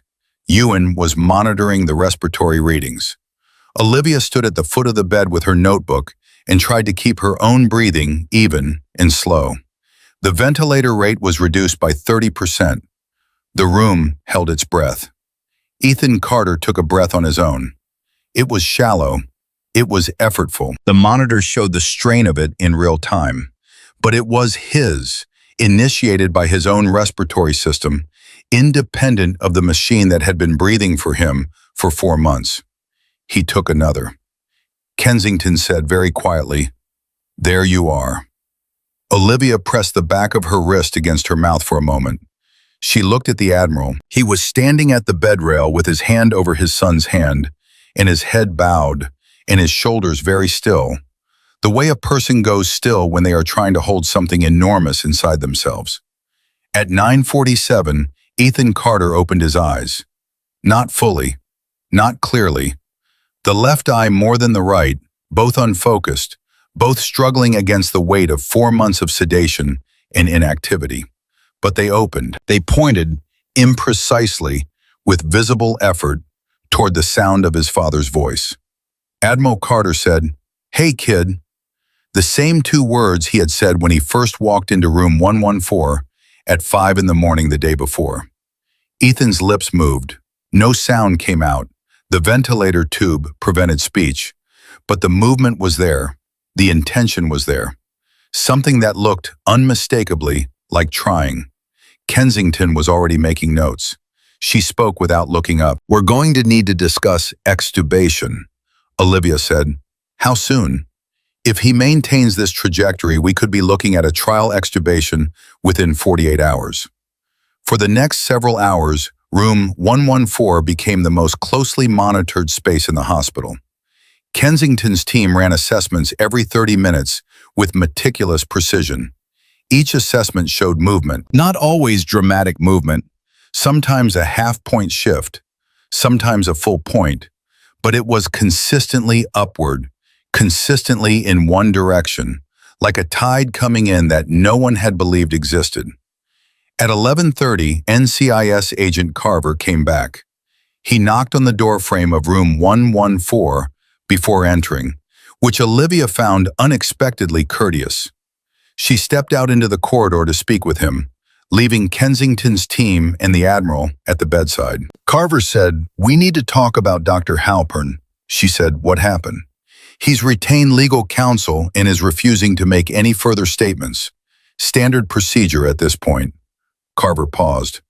"But we spent the morning going through his communications records, phone logs, email, the hospital's internal messaging system." He looked at her steadily. "He wasn't alone in this." She went very still. "What do you mean?" "The prescribing decisions, the sensor adjustments, some of them were coordinated. There are communications between Halpern and two other individuals. One of them is a hospital administrator. The other is external to the hospital." She stared at him. "External. We're not prepared to release a name yet. The investigation is ongoing." He held her gaze. "But I want you to know, the scope of what happened here is larger than one doctor making bad clinical decisions. This was organized. And the reason Ethan Carter was the target of it is something we're still working to establish." He paused. "I thought you deserved to know that, given your role in uncovering it." She said, "Is Ethan safe right now? Physically, in this building?" "We have 2 agents stationed in the corridor," Carver said. "He's safe." She nodded slowly. She thought about what organized meant. She thought about why anyone would want to ensure that a 24-year-old Navy SEAL trainee, the son of a 3-star admiral, did not regain consciousness. She turned that over and looked at every angle of it, and none of the angles were comfortable. She said, "Whatever you need from me, I'm available." "We know," Carver said. "You've been available since day one." He almost smiled. "We'll be in touch." She went back into room 114. She didn't tell the Admiral what Carver had said. Not yet. The investigation was ongoing. The Admiral had enough to carry, and there was something else happening in room 114 that required every person's full attention. Because at 12:44 in the afternoon, the Glasgow assessment came back at 11.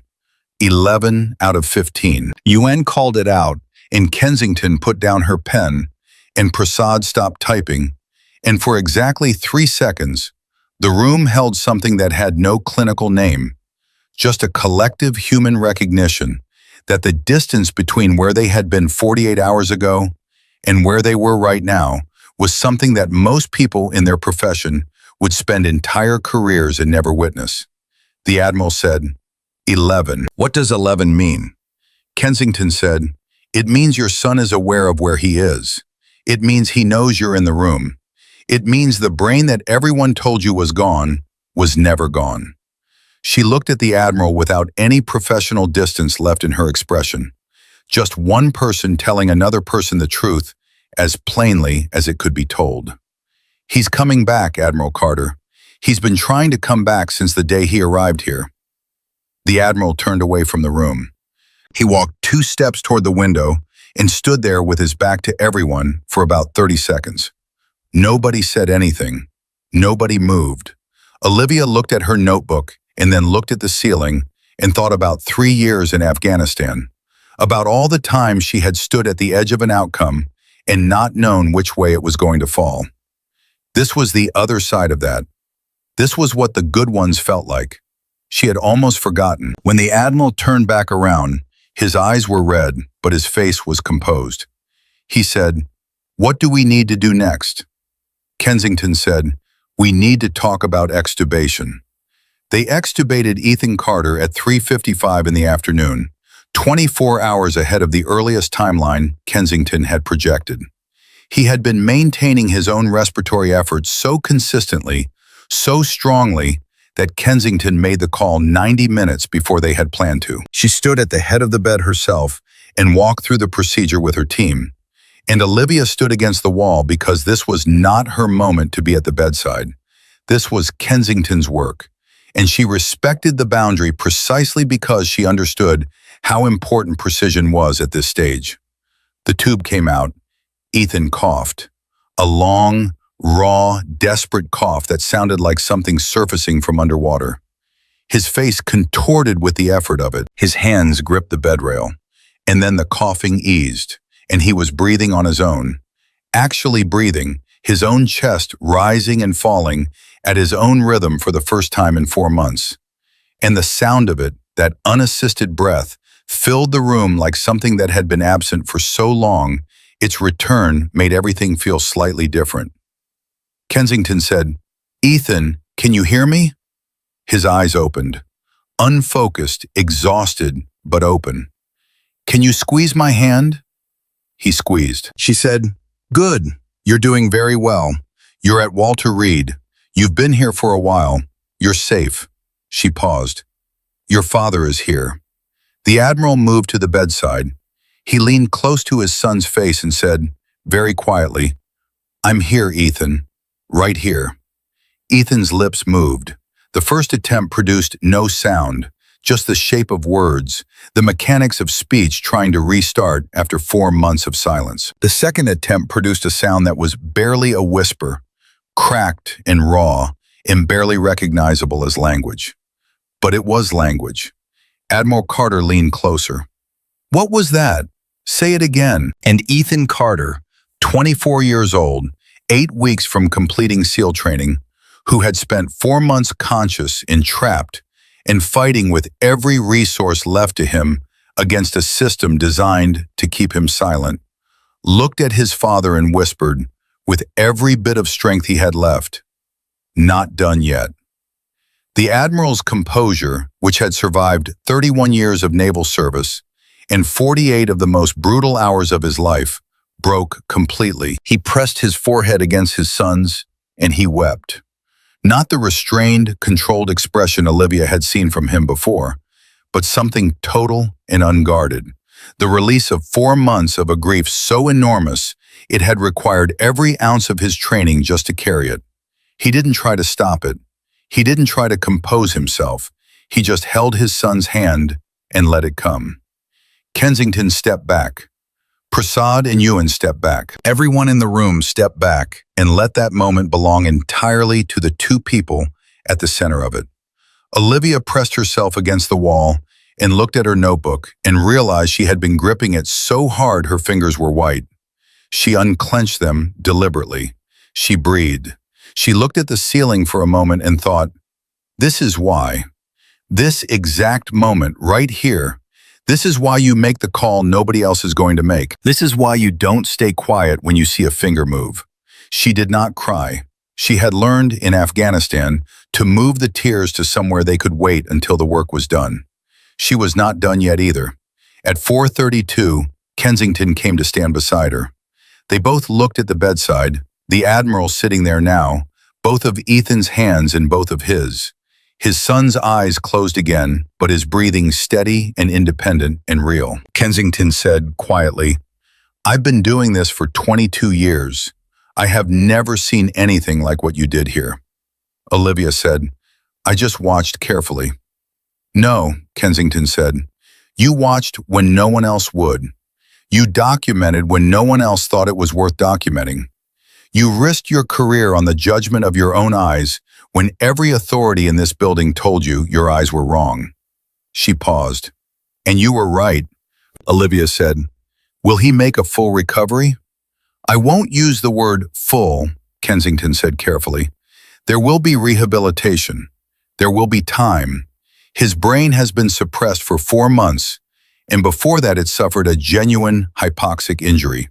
But the extent of what we're seeing today suggests that the injury was far less severe than anyone believed.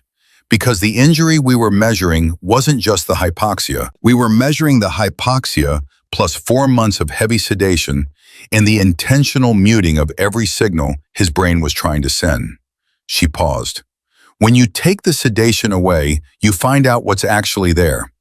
And what's actually there, in Ethan Carter's case, is a great deal more than anyone in this building was willing to admit."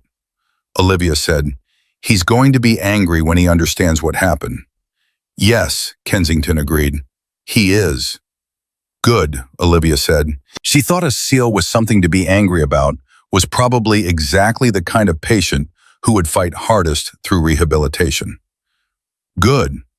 At 5:17, Admiral Carter came to find her. Ethan had fallen into a natural sleep, not a sedated unconsciousness, but the genuine, exhausted sleep of a body that had done an enormous amount of work in a very short time. Kensington's team was monitoring every reading.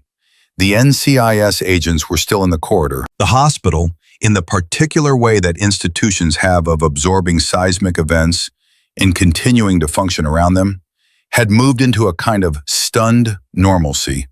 People doing their jobs, speaking in lower voices than usual, understanding that something had happened here that they would talk about for years. The Admiral found Olivia at the nurse's station. She was on her third cup of coffee and had started on the documentation she owed the Patient Safety Office, 2 attorneys, and the Naval Inspector General's office.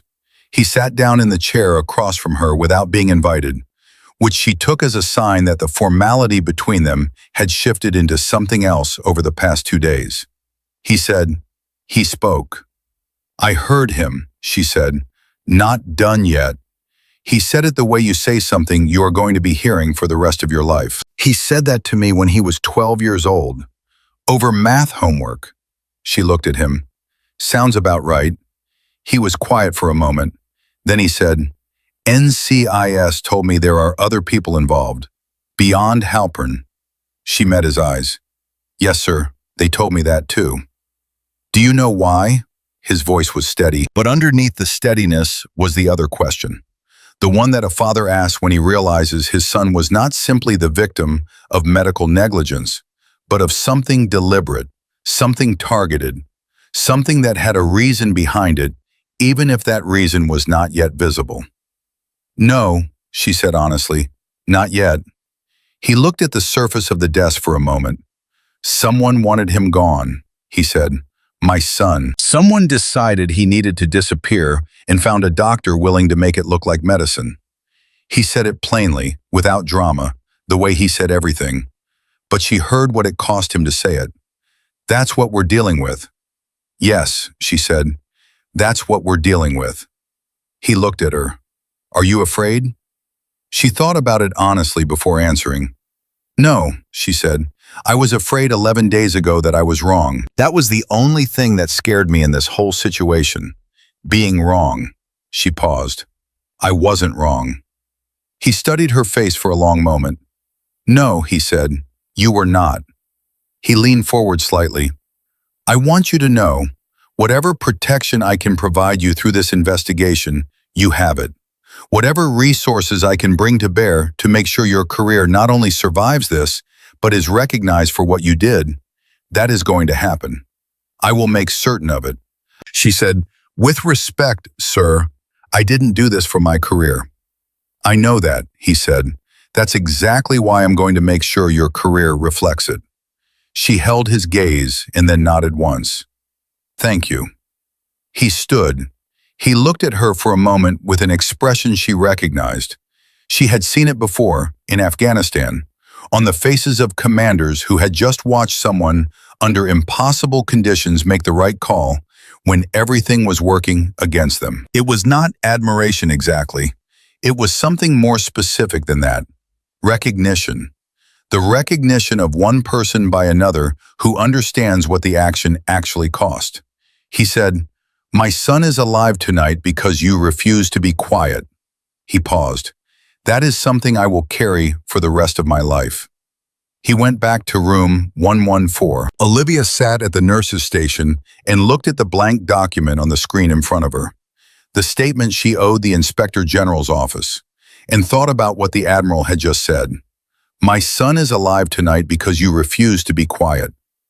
She thought about the morning she had stood in a break room holding a sandwich she couldn't taste, and decided to make a phone call that could have ended everything she had worked for. She thought about what it had felt like to stand in that corridor and tell Dr. Halpern that she wanted his clinical reasoning documented, knowing full well that a 12-year veteran of institutional medicine could crush a nurse who had been on staff for 11 days without leaving a mark. She thought about Ethan's finger, moving slowly toward the sound of her voice, On day 9, when she was still only watching and not yet sure enough of herself to act, that finger, that single, deliberate movement, reaching through 4 months of chemical silence toward the nearest sound of a human being who might be listening. She put her hands on the keyboard and started to write. Outside in the corridor, the hospital continued. Machines beeped. Nurses moved through their rounds. The building held its rhythm the way buildings do, indifferent to the enormous things that happen inside them. But in room 114, a 24-year-old Navy SEAL trainee breathed on his own. In and out. In and out. Not done yet. The statement Olivia submitted to the Naval Inspector General's office ran to 63 pages by the time she finished it at 2 in the morning. She printed 2 copies, sealed them in separate envelopes, and put one in the hospital's outgoing mail and one in her own bag. Then she sat alone at the nurse's station, in the quiet of the overnight ward, and listened to the building breathe around her, and understood, with the particular clarity that only exhaustion can produce, that the part of this she could control was finished. What came next belonged to investigators and attorneys and institutional processes that moved at their own pace, regardless of urgency. She had handed over everything she had. The record was complete. Whatever happened to Dr. Halpern, whatever the NCIS investigation uncovered about the people behind him, whatever the hospital's internal review ultimately concluded, none of it could be changed by anything she did in the next several hours. The only thing left for her to do was go home and sleep. She did not go home and sleep. She went back to room 114 and sat in the chair until morning. 3 days after Ethan Carter spoke his first words, he was moved out of the intensive care unit. He was transferred to a private room on the rehabilitation floor, and the transfer itself, the act of watching the orderlies wheel his bed through the corridor, while he tracked the movement of the ceiling tiles with his eyes, felt to everyone who witnessed it like the kind of moment that deserves to be marked somehow, though no one could agree on how. Kensington walked alongside the bed the entire way. Admiral Carter walked on the other side. Olivia followed at the back of the group, notebook in hand, documenting the transfer because she had documented everything else, and she was not going to stop now. Ethan's eyes found hers when they stopped in the new room, and the orderlies were arranging the equipment. He was still weak, profoundly weak, the weakness of a body that had been immobile for 4 months, muscles that had atrophied past the point where they could reliably support basic movement. His voice, when he used it, was still rough and fractured, requiring enormous effort for short phrases. But his eyes were sharp. That was the thing that struck everyone who spent time with him in those first days. The contrast between the body's fragility and the absolute alertness in his eyes. Those were not the eyes of a man who had been anywhere near gone. They were the eyes of someone who had been watching from a locked room for 4 months and had just had the door opened. He looked at Olivia and said, with visible effort, 2 words, "You came." She said, "I was always here." He closed his eyes for a moment, opened them again. He said, "I heard you. The first day." His voice broke on the last word and he stopped and breathed through it. "You said my name." She had to look away for a second. She looked at the wall and thought about day 1, about standing at the side of a bed belonging to a man every authority in the building had declared unreachable, and introducing herself anyway, because she believed in some fundamental part of her that people could hear even when they couldn't answer. She had done it out of habit, out of training, out of a practice she had developed over years without ever being able to prove it mattered. It had mattered. She looked back at him. "I said your name every day," she told him. "Every single day." He said, "I know." The investigation moved faster than anyone expected and slower than everyone needed. The NCIS inquiry, running parallel to a separate Department of Defense Inspector General review, produced its first formal findings in the 3rd week after Ethan's extubation. Olivia was interviewed 5 more times in that period, each session longer and more specific than the last. each one drilling deeper into the timeline of her 11 days of observations and the medication irregularities she had flagged. She answered every question with the same precision she had used when she documented everything in her notebook. She did not speculate beyond what she had directly observed. She did not editorialize. She simply told the truth in sequence, the way a good medic reports what she sees, and let the investigators build the picture around it. The picture they built was worse than she had imagined. Agent Carver came to the hospital on a Thursday morning, 22 days after Ethan first spoke, and sat down across from Olivia in a consultation room with a folder in front of him that he opened deliberately, the way people open things they've been waiting to open. He said, "I can share some of what we've established. Not all of it. The investigation is still active. But you're central enough to this that you deserve to understand what you walked into." She said, "Tell me." Carver said, "Dr. Victor Halpern had a financial relationship with a private legal entity that stood to benefit significantly from Ethan Carter's death." She stared at him. He continued carefully, "Ethan Carter is the sole heir to a substantial estate held in trust by his late mother's family. The trust becomes accessible to a third-party beneficiary upon the death of the primary heir without living descendants. The third-party beneficiary is connected, through several layers of corporate structure, to individuals who had an existing professional relationship with Dr. Halpern." The room was completely silent. She said, "Someone hired Halpern to make sure Ethan didn't wake up. That is the working hypothesis of the investigation," Carver said. "We are not yet in a position to characterize the relationship as a direct hire. The financial connections are documented. The communications between Halpern and the other individuals involved are documented. The pattern of sedation management relative to evaluation schedules is documented." He paused. "The motive is documented. The rest is a matter of proving the direct link to the satisfaction of a federal prosecutor." She sat with that for a long moment.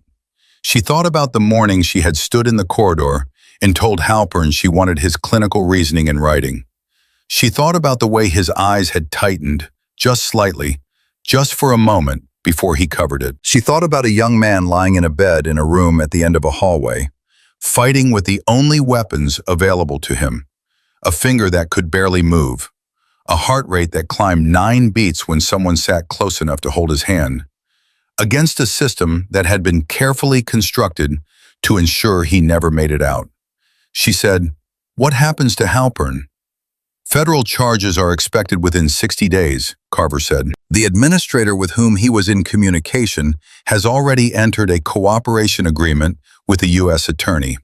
The external party, the one I mentioned in our previous conversation, is currently outside the country." He paused.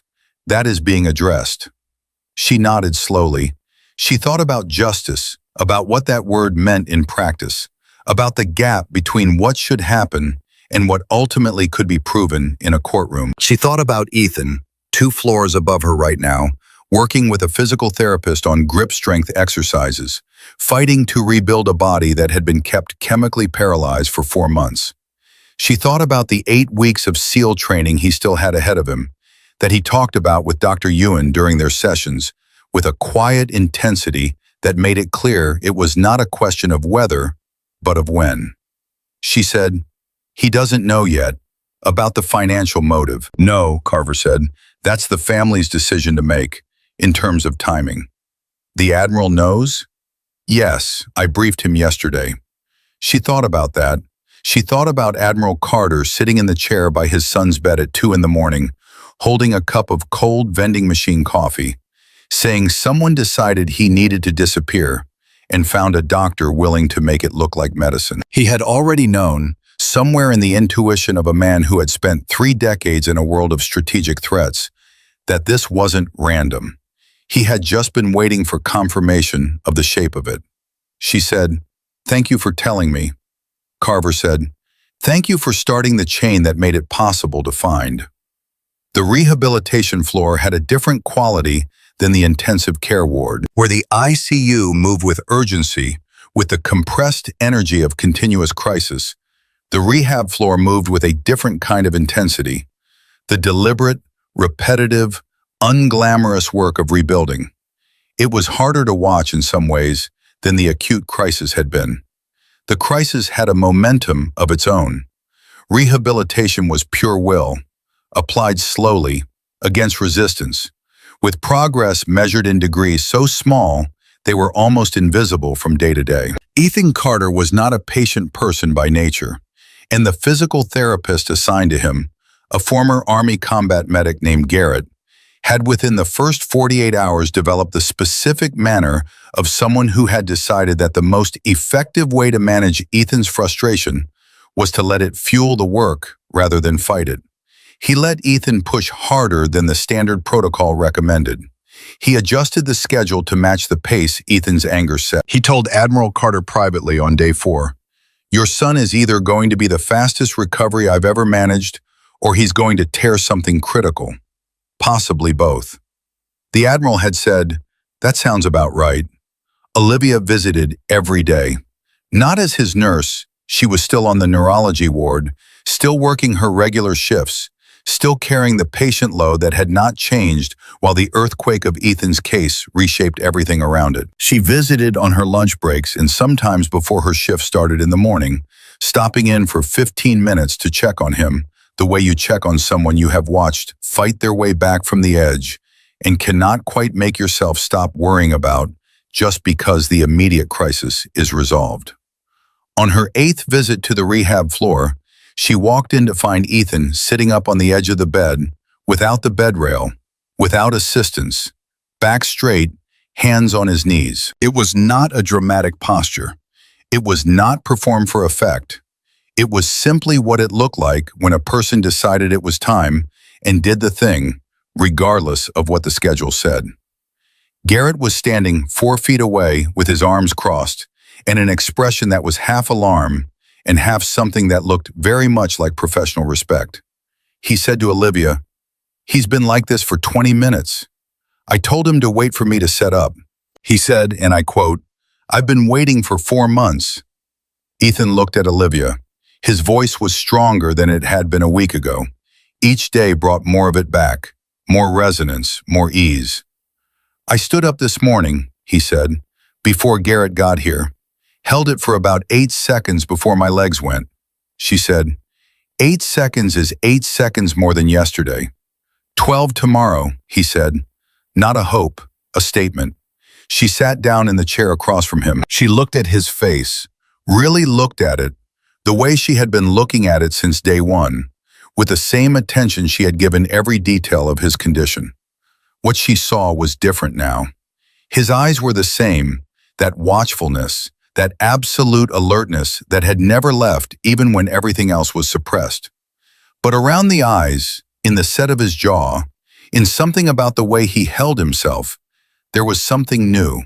Not bitterness, though he had every right to it. Not fragility, though any reasonable person in his position would have had grounds for that too. Something harder and quieter than either. Like a person who has been to a place that most people don't come back from, and has returned with a knowledge that can't be unlearned. She said, "How are you doing?" Actually, not physically. He looked at her steadily. He said, "Garrett told me you're the one who found me." She said, "I was just paying attention." "The Admiral told me about the medication," he said, "about what Halpern was doing before each evaluation." He paused. "I knew something was wrong. I didn't know what, but I could feel it. The difference between days when I could almost get there and days when it was like trying to move through cement. I thought I was losing. I thought my brain was just..." He stopped, breathed. "I thought I was going the wrong direction, and I was fighting as hard as I could fight and nothing was moving." She said quietly, "But you kept fighting anyway." "Yeah," he said. He looked at his hands. His grip had come back significantly. Garrett had him at 40% of his pre-accident strength and climbing. "You know what it's like? To be completely inside yourself with nothing working and not know if anyone outside can tell. It's like you're underwater and you can hear voices above the surface, but you can't get there and you can't tell if they can hear you back." She said, "I heard you." He looked up at her. "I know you did," he said. "That's the thing. That first day, you walked in and you said hi, and you said your name, and you said you'd be back, and then you came back. Every day, and every day you talked to me like I was there." He stopped again. His jaw worked for a moment. "You have no idea what that means to someone in that place. To have one person who acts like you're still in there." She thought about all the times in Afghanistan she had done exactly that. Talked to patients who couldn't answer. Not because she was certain they could hear, but because she believed they might, and that was enough. She thought about how many people had called that habit unnecessary, sentimental, a waste of time. She thought about what it had cost her in professional credibility over the years to insist on it anyway. She said, "You were always there, Ethan, every single day. I just had to look." He pressed his lips together and looked at the floor for a moment. When he looked up, his eyes were bright, but his voice was steady. "When I get back," he said, "when I finish training, I want to do something.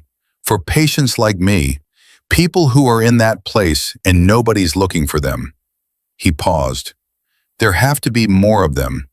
People in there fighting and nobody's paying attention." She looked at him for a long moment.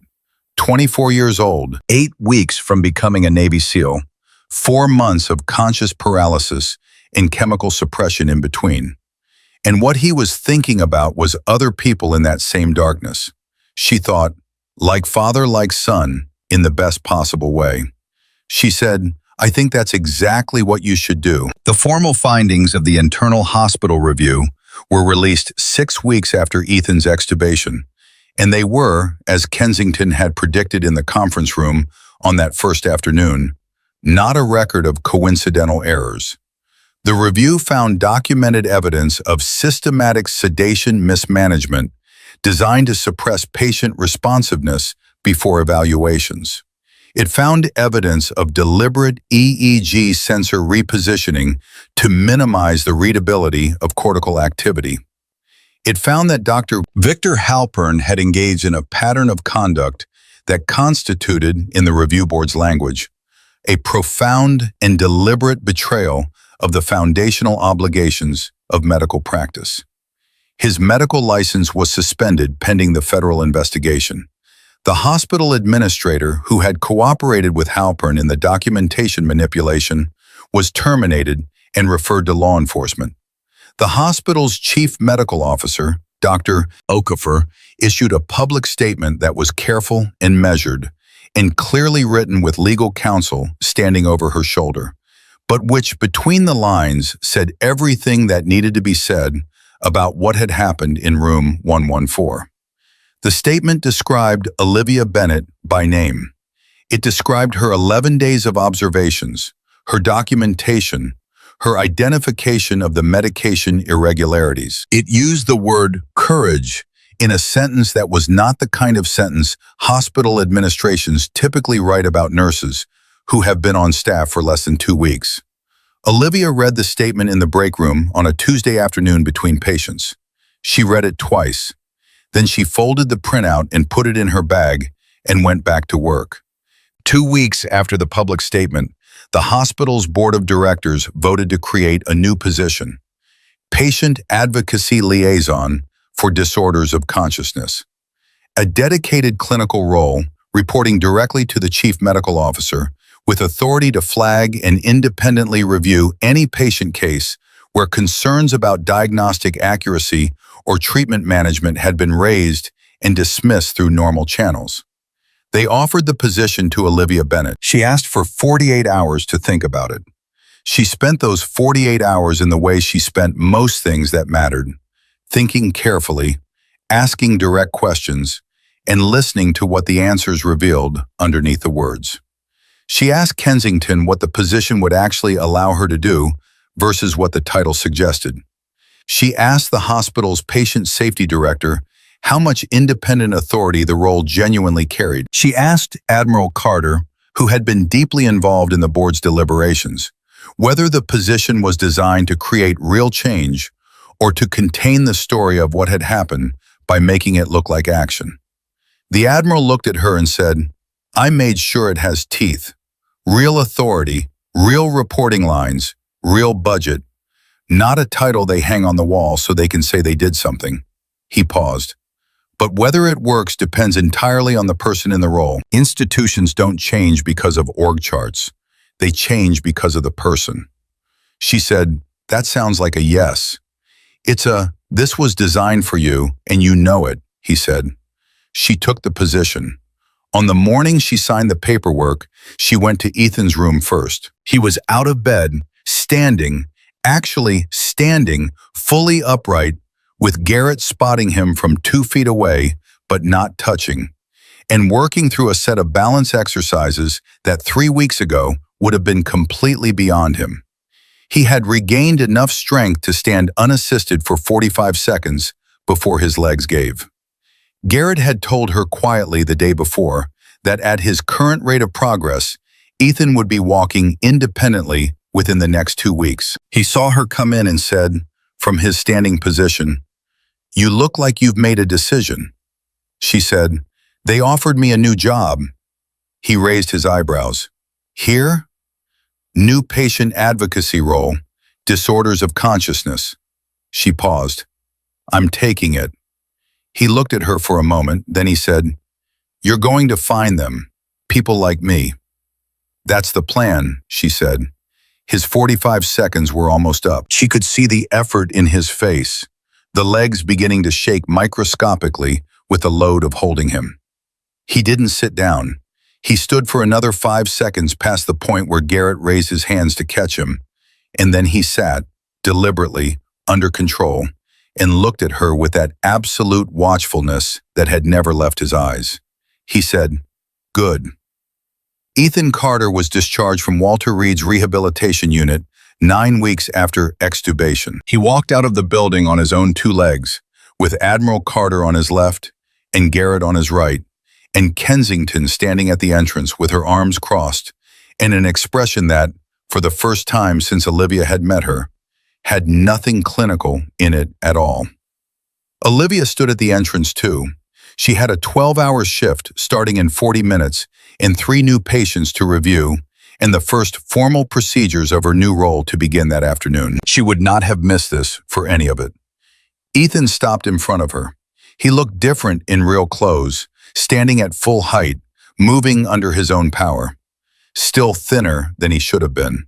Still moving with the careful deliberateness of a body that was rebuilding trust with itself, but upright, breathing, present in the world in the way that only people who have come close to leaving it permanently can be present, with an attentiveness, a sharpness, a refusal to take the ordinary moment for granted.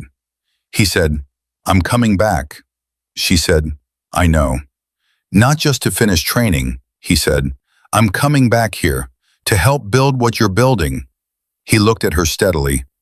"Those people in the dark, they need someone who's been there, not just someone who watched." She thought about that. She thought about what he could bring to it. The particular knowledge of someone who had been on the inside of exactly the situation she was now tasked with identifying and preventing.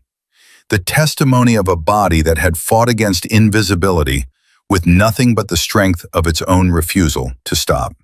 She said, "When you're ready." 8 weeks, he said, give or take. He was not talking about visiting her new program. He was talking about SEAL training. He was going back. Of course he was going back. She would have been surprised by anything else. She said, 8 weeks. He held out his hand. She shook it. His grip was firm and real and completely there. He walked to the car where his father was waiting, and Admiral Carter opened the door and put a hand briefly on his son's shoulder before they both got in, and the car pulled away from the curb and into the Maryland morning. Olivia stood at the entrance until the car was gone from sight. Then she went back inside. She took the elevator to the 3rd floor. She sat down at the desk that was now hers, a real desk, in a real office, with a nameplate that had been there for 2 days and still surprised her slightly every time she saw it. And she opened the first file in the stack waiting for her. A 41-year-old woman, traumatic brain injury following a car accident, 3 hospitals in 2 states, 2 diagnoses of persistent vegetative state, 1 nurse who had flagged inconsistencies in the response documentation and been dismissed by 2 separate neurologists. The referral had been made to Olivia's office by the Patient Safety Board. The family had not been notified yet that someone was reviewing the case. She picked up her phone and called the family. The line rang twice and a woman answered, her voice carrying the particular quality of someone who had spent months answering phones that brought only bad news, already bracing for whatever came next. Olivia said, "My name is Olivia Bennett. I'm the Patient Advocacy Liaison at Walter Reed Medical Center. I've been asked to review your mother's case, and I'd like to talk with you about what your care team has been observing." She paused. "I need to ask you, when you visit her, have you ever noticed her responding to your voice?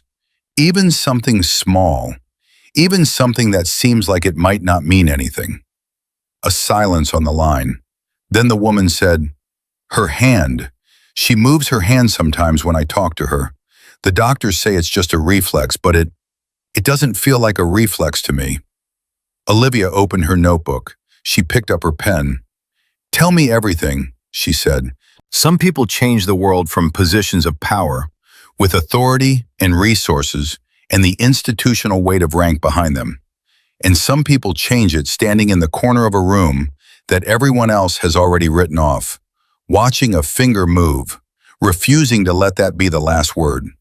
Olivia Bennett was the second kind, and because she was, a son came home, a father did not bury him, a predator was exposed in a white coat, and somewhere in a hospital in a city you may never visit, a woman whose family had been told was gone heard her daughter's voice and moved her hand, and this time, someone was listening.